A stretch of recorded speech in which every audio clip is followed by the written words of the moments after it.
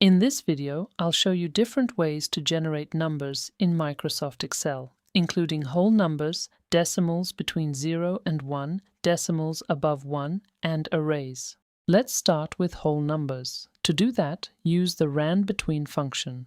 The first number sets your minimum value, and the second one is the highest number you want. So this formula can return any whole number between 1 and 100. Press F9 or Fn plus F9 on some laptops to refresh the sheet and generate a new number. If you need a list instead of a single value, just drag the formula down. Each row generates its own number independently, so duplicates can still happen in the column. Now, let's create decimals between 0 and 1. For that, use the RAND function. This function doesn't need any arguments. By default, it returns a long decimal number with many digits after the decimal point. You can also format these numbers. For example, increase or decrease the decimal places, or convert them into percentages. Since this formula generates values between 0 and 1, it works perfectly for percentages. If you drag it down, you can quickly create a full list of percentages. And if you want regular numbers again, select the cells, go to Format, and choose General.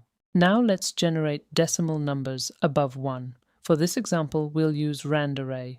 The first number defines how many rows you want, so we'll enter 10. The second argument is columns, and we only need 1. Then we'll set the minimum to 1. And the maximum will be 20. The final argument lets you choose between decimals and whole numbers. False gives you decimals. Now this creates a list of 10 decimal numbers between 1 and 20. Now let's generate an entire range. We'll use the same RANDARRAY function. We'll keep 10 rows and this time choose 4 columns. And let's generate numbers between 1 and 100.